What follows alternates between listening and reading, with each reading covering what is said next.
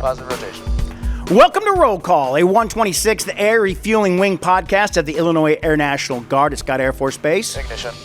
I'm your host, Master Sergeant Brian Ellison. The Roll Call podcast focused on people, mission, and community. Our guest this week is Doc Avery from the 126th Medical Group. He tells us how an orientation flight convinced him to sign up for the Guard, and he also tells us that, well, you'll find out what a real flight surgeon does, not what I thought it was. And coming up in this week's Look Around the Air Force, Thor is here. He's here to protect us. And new accommodations portal is coming online. That's coming up on this week around the Air Force. Kids on Guard is coming up this summer. It is less than a month away now. June 28th, kids of the 126th will be able to experience an age-friendly adaptation of the military, and registration is on now. I'll have a link in the description. Once you've registered, you'll receive a confirmation email. You can register for Kids on Guard. The registration is closing on June 6th. The 126th Military and Family Readiness is still looking for volunteers. You can email them at 126ARW.AFR.mailbox@us.af.mil.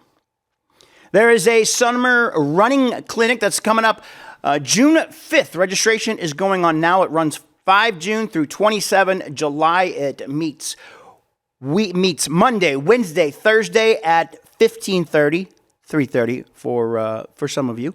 Open to all active duty Air National Guard and reservists of all military branches. This is a hands-on 8-week clinic. It's designed to help improve your 1.5-mile run. Average improvement is a minute 30 off your aerobic component of fitness. You can email Heather L.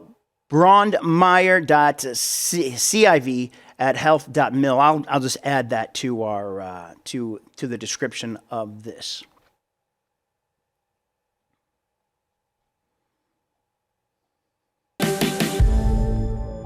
A team from the Air Force Research Laboratory put the Thor system through its paces, taking down multiple drones in a simulated swarm attack during a recent demonstration at Kirtland Air Force Base, New Mexico. The Tactical High-Power Operational Responder, or Thor, was designed to use non-kinetic, high-power microwave pulses to drop targets out of the sky. Captain Eric Plummer, a test engineer who aimed Thor at the drone swarm, says the system was exceptionally effective at disabling the drones. As drone swarm threats evolve, advanced technologies like directed energy are being explored to help protect military personnel around the world. Airmen and Guardians have an opportunity to help inspire, engage, and recruit the future force by participating firsthand in events called We Are All Recruiters, or WARE. At WARE events, potential applicants or influencers have direct interaction with Air and Space Force personnel who educate and increase public awareness that could provide leads for recruiters. Brigadier General Lisa Craig, Air Force Recruiting Service Deputy Commander, says all Airmen and Guardians, regardless of their specialty, should think of themselves as recruiters. Members can get up to 14 days of permissive TDY each year to participate in WARE events. The Department of the Air Force has unveiled a portal to streamline accommodation requests and appeals. The portal serves as a one-stop shop for airmen, guardians, and civilians who need to request reasonable and religious accommodations or apply for an appeal. The automated system will manage the flow of requests between applicants and the respective processing organizations and notify members at each step of the process, including appeals and final decisions. The need for a single portal came to the forefront as the department's COVID-19 task force realized that accommodation processes were fragmented and difficult for requesters and approvers to navigate. That's your look around the Air Force. I'm Technical Sergeant Eric Mann. Joining me today, Lieutenant Colonel Jim, might know him as Doc Avery, the 126th Medical Group flight surgeon. So I got to ask a stupid question, sir. Does a flight surgeon mean you can do surgery in flight? No. Oh, man. Okay. Yeah, I thought, man, bad. you guys would be really talented if you could do that. Yeah. So what is your role as a flight surgeon in the wing? So the term flight surgeon is over 100 years old, and this is what we were originally called soon after the the Wright brothers started flying planes, people started crashing planes. And it turns out that a large number of those accidents and mishaps were due to human factors. And so the military quickly identified that they needed pre-flight medical clearance for people before they can fly. And so this is where the role of this career field, flight surgeons came from. Today it's sort of an antique term and doesn't have much meaning, because neither can I fly an airplane and nor can I perform surgery. So it's like, why do we call it that? Really, what we're called aerospace medicine. And so if you want to really boil it down, we train in aerospace medicine, and the reason we need this is to ensure safety in flight. So you say you train in aerospace medicine. What does that entail? What is aerospace? How is that different than maybe what a regular doctor does? Right. So most of the of our guard flight docs have civilian practices where they may be a family practice or internal medicine or really any specialty, and they may work with us as in a general medical capacity.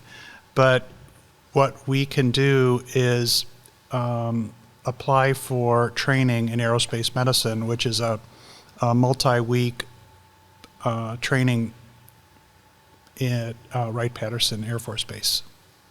So yeah, what are they training you guys? Are they training on? What are they training you guys on? Evidently, it's not to fly. Right.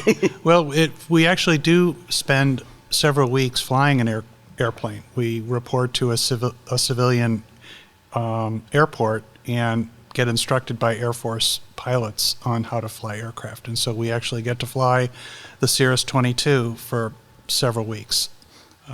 Wow. Yeah. So do you have a pilot? Have you ever gotten a pilot's license? No, and I have no interest in that. It's too much. It's just too much to maintain that certification. Oh, really? Yeah. But we get 30 or 40 hours of flying time. What kind of things are they looking at for you? What are they, or what do they want you to take away from at least kind of that underlying knowledge of, or base level knowledge of flying? So even though we're not trained to be pilots, we need to understand what it takes to be a pilot. And in the same way, you know what it takes to drive a car. For instance, if I came to you and you were my doc and I said, hey, I hurt my foot, is it okay for me to drive my car? You might say, well, Jim, it's your left foot that's broken. I've got one question. Do you have a stick shift or an automatic? And I would say, well, it's a stick shift. And you'd say, well, it's your left foot. You can't shift, so you can't drive a car. So as a doc, you have to understand what that occupation is and how the car works. You may not even know how to drive a stick shift, but you know you need your left foot for it. And then you make that determination that you can or can't drive the car. So the same thing with a KC-135. We have to understand what it takes for a pilot to get in and out and operate that aircraft, and then understand with the condition they may have, if that's going to allow them to fly. So like, for instance, compared to, let's say, an F-22 pilot, if a KC-135 pilot hurts their neck, well, if from the front seat, you may not have to swivel your neck 180 degrees. So you might be able to fly the KC-135 with a minor problem with your neck, but an F-22 pilot needs to turn their head 180 degrees. They're not going to be able to fly the plane. So we have to understand what it takes. And so it's an extra layer of criteria that we use. How does your work here in the wing differ from, are you in private practice? I saw you have a WashU email. I didn't know if you taught there or you are on the staff there as a doctor. So I have a couple jobs. One is at Washington University in St. Louis, where I work now as a specialist in bone and mineral diseases. So I look at conditions that affect people's bone mineral content. Okay. Osteoporosis is the most common one, but there's a host of other things that we just do that in my clinic. I'm sitting up straighter now that you said that. Right. So I also work here part-time on a Title V capacity as a flight doc. So I'm employed as a civilian doing the same thing I do in my guard capacity. So in your guard capacity, you guys have an interesting role. What's the difference between what you do during a drill weekend or maybe in your Title V position and what you do during a DFT, a deployment for training? Good. So as you know, when we're in drill status, we're under Title 32. We're actually not allowed to treat, prescribe medicine, or diagnose conditions in people. Okay. We're allowed to, examine a person, certify them for flying. We're allowed to look over and look at records and make sure that if someone has a condition, it meets the standards of retention. But we're not allowed to treat, so we can't prescribe any medicines. You don't come to see us if you're sick and get an antibiotic pack. But when we go on DFT, that's when we get assigned to a hospital, an MTF, and we can actually treat patients. So this is important training for us to be able to navigate and work in a military treatment facility. So is that what you guys, when you guys are going to Hawaii soon, is that what you're going to be doing then? Correct. So I'll be assigned, me and the other docs going in a primary care clinic, and we'll be probably seeing either active duty service members, dependents, or retirees. And we've done that before in other DFTs. And so this fills a need, and we can take care of a lot of backlog patients that a lot of the MTFs haven't been able to get to. So we can also give relief to those docs that are there working full-time and allow them some respite as well. What do you like about going on these, and it's probably the same thing, but what do you like about going on these DFTs? So this really gives us a chance as a medical group to really form some cohesive bonds. This is a chance for us to, as opposed to pulling us in all the different directions of meetings during the weekend, where we really just we live and work together, just like a active duty group would. So we really form some really good professional bonds, and we also get to do what we were supposed to be doing, what we signed up for. Right. Because, what happens is then we get called to deploy, and we're expected to be able to jump right in and work. Deployment is the first thing they'll tell you is you didn't come here for training. You came here to get to work. Right. And that's what we're expected to do, and we need these resources in their DFTs to be able to get that training to get to work if we deploy. When you're on a DFT, how does that differ from maybe what you do or what a doctor may do in private practice, or what's the difference maybe? Oh, good. So there's definitely some overlap. I mean, sick people are sick people, whether Sure. you're wearing a uniform or not. But it's the big part would be that occupational health component, which is, can this person do their job? Do we need to restrict this person from their job? Because after all, we're in a profession that we deal with some pointy things and some dangerous things. Right. We need to take that into consideration. And then not just that, but then to say, okay, let's say it's arming, whether arming use of force. Right. And we'll make a decision, this person has to be disarmed. And then, as opposed to like in the civilian world, you'll say, take this medicine, and if you get better, we don't need to hear back from you. Right. Well, when it comes to a lot of these disarming or flying, we need to see them back even when they're better so that we can make a decision to return them, whether that be to flying status or arming use of force. What inspired you to become a flight surgeon or to join the National Guard? That's a I've got short answers. And I'll take. I've got long answers. I love long answers. So I mean, they long answers are the more entertaining ones. Okay, so some people just want the short answer. No. And that's real easy. Patriotism. Sure. Oh, okay. Okay, but the long answer is goes back quite a few years, and a former navigator, Lieutenant Colonel Hodge, Okay. was a civilian pharmaceutical rep who came by my office one day, and I was honestly kind of beaten down and exhausted, and he came back and he said, "Hey, I left you some samples of these medicines. Why don't you prescribe it for your patients?" And I'm like, yeah, whatever. And he said, "Hey, I'm a navigator on a KC-135, and we're having an incentive flight for doctors who might be interested." And I said, "Look, first, I'm old. Second, I'm not joining the military. I'm not interested. But third, yeah, I think that sounds really cool, and I'd like to go fly on an airplane if you're really offering it." So this then fast forward, after filling out a bunch of paperwork and giving a lot of information, I showed up over here on a cold day in 2009.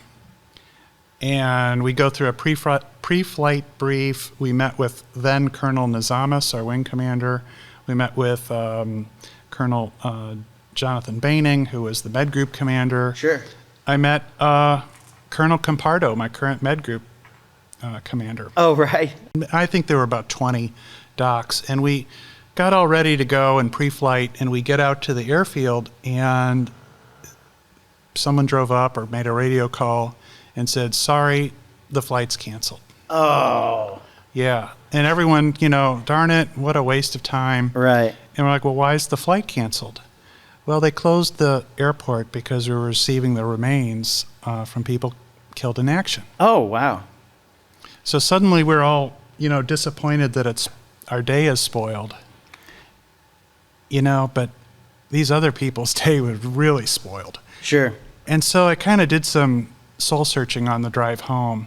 And it was interesting that everyone apologized. And at that point, I thought, you don't need to apologize for that at all. We got invited back, and we took a flight. We got off the flight. And I basically went up to Colonel Baining and said, "All right, I'll do it." Really? But Colonel Baining said, "You'll do what?" He didn't know what I was talking about. He said, "Wait, a recruiter hasn't talked to you yet." Like, I don't want to talk to the recruiter. I mean, I will, right, but I don't need any convincing. This is what I want to do. And so that's how it sort of happened. And pretty much like the next few weeks, I came out in this building at Building 5000 and raised my right hand. You're kidding. So what, how old were you? 46. Wow. Was there any other doctors that joined with you, or were you the only one? So this is sort of very curious. When the Colonel Hodge came to meet with us, I was working with Dr. Mark Gregory. Okay. And he came over too. Now, it took him a couple more weeks, and he came over to Building 5000 and raised his hand. And the important part of that is I outrank him. So you were in private practice then, and so here's what people have told me, and why would a doctor take time out of his practice, who makes good money, to serve 1 weekend out of the month and 2 weeks out of the year? Well, that's one of those questions, like, what do you say when someone says thank you for your service? Right. And my answer to that is because these people are worth it. Right. There's different ways you can give back. You can, like you said, talking about money, yeah, you can chase that your whole career. But have you at some point in a person's life, you start to ask yourself, am I going to leave this place any better? Am I doing something that other people need? Right. Am I part of something bigger than myself? So these were questions that I went home and started to think about that led to me making that decision. And I think most of us do that. Sure. All of us are, it's one weekend a month, right? Right. And you're like, well, that's no big deal. Well, you only got 4 weekends a month. So you're giving up 25% of them right there. And so that's a big ask for everybody here to be a DSG in the National Guard. Right. And so the people that are here a lot of times are in different stages of life. A lot of people are trying to do it to earn extra money or get educational funds, may not have regular physician care on the outside. We're asking a lot. I feel like there's not a more deserving group of people who I would like to help take care of. Does it frustrate you that you can't treat on the weekends? Oh, we've got enough to do. Right. Listen, I don't need any. I've spent a whole. I already give you an idea how old I am. I've spent more than a couple decades treating people with medicine. I don't need any more practice with that. It's enough to understand the medical standards. Right. Waiver guides, reviewing records. We don't need any more work to have to deal with treatment. We'll do that when we deploy and when we go on DFT, right. in which we do. Right. What was your family's reaction to you becoming a flight surgeon? They were flabbergasted. I can imagine. Yeah, it was out of the blue. So I have a spouse and kids. We made it work. That's cool. We made it work. Has anybody in your family, had anybody in your family served? So my dad was in the Air Force at the time, just after the Korean conflict. Okay. And so he was a radar man. Oh, wow. And was stationed in Japan. Oh, that's cool. But I didn't have much. He'd been out of the military for years before I was even born. So as a doctor, what's your training like when you first come into the to the Guard or to the Air Force? Well, curiously, there's really not much except understanding this overlay of what we have as our medical standards. We have a whole different electronic health record, which is changing again this month. Oh, really? A big giant change. Right? Is that the Genesis or something? That's correct. Genesis we're one of the last to go to Genesis. Most of the rest of our military has already made a transition. I believe June 18th is our last day. Okay. We've all been through training. Okay. But it's CBT training, not hands-on. And you know how Oh, yeah. CBT is what you have to do it. We all do it. Right. But when the lights really go on with this, I think there's gonna be a little bit of a wake-up moment. What's different about I know we got off track, but what's different about Genesis? Is there something better about it? I'm sure there is. It's a new system. Sure. So the previous system, Alta, which has been around forever, is sort of like Windows 98. Right. That's we're talking like the difference between a flip phone and an iPhone 14. Wow. Oh, that's great. So a lot more functionality. Okay. A lot more ability, I hope, to communicate among different providers as well as patients. Oh, okay. So, for instance, it may have its own embedded communication system to securely, for instance, give people the results or follow up or have questions. It'll also have a better, hopefully, once we learn how to use it, a better, more meaningful, streamlined way to enter information about us. Oh, that's great. Is there, I thought I read somewhere where they're going to be able to communicate with maybe civilian doctors so in a more secure way or something along those lines, or be able to see, I don't know. That would be great. I'll believe it when I see it. You have the parent company of Genesis is Cerner, okay. And they make a civilian form of this as well. So Cerner systems will likely be able to communicate with other Cerner systems. Okay. The other major health record system in our country is Epic. Okay. And they're still working on pipelines for providers to communicate. For sure, we should be able to, for instance, communicate across medical treatment facilities. Oh, that's good. So, for instance, my hope is if I'm your doc and we're in the deed, right, and I need to send you back home, and you got to go to Landstuhl first, and then you got to go to Walter Reed, and then you come here, that we are going to be able to create a better way as opposed to trying to pick up a DSN line and also then record everything for posterity of what's going on. Oh, so maybe the records will be able to follow you better. Better. We can they follow us now, but sometimes it's pretty clunky. Right. So like if you're leaving the deed, if you've had some health problems, even though it's Alta, you still need to go to the medical records and get a disc and hand carry that home. Oh, yeah, hopefully this Genesis does that. Yeah. So we were talking about the medical training that you got earlier, the just the training coming in as a doctor. What was that? Again, what was that like for you? What was that experience? Right. So, the medical training, again, all of us came as pre-trained assets. Right. So we didn't have to go to school per se to do anything to get started working here. But military training. So we had to go through OTS. Okay. And that was I thought it was fantastic training. Good. I had a great time.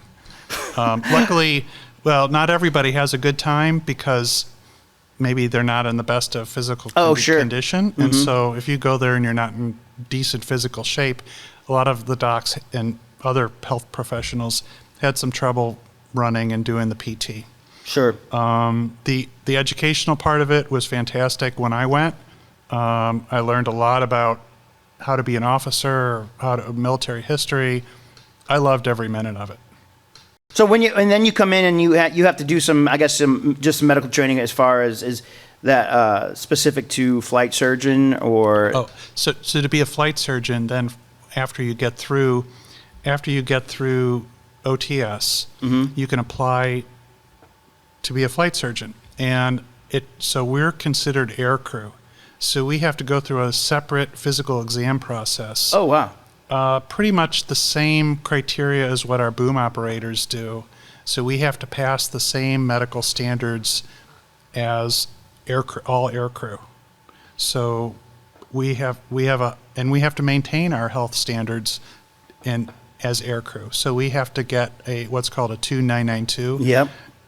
Flying certificate, and then once we get that qualifies us when we're accepted to go to AMP, or the Aerospace Medicine Program at Wright Pat, which was 6 weeks, now it's 8, and we go and stay and learn the flight and all that stuff. That's what is it?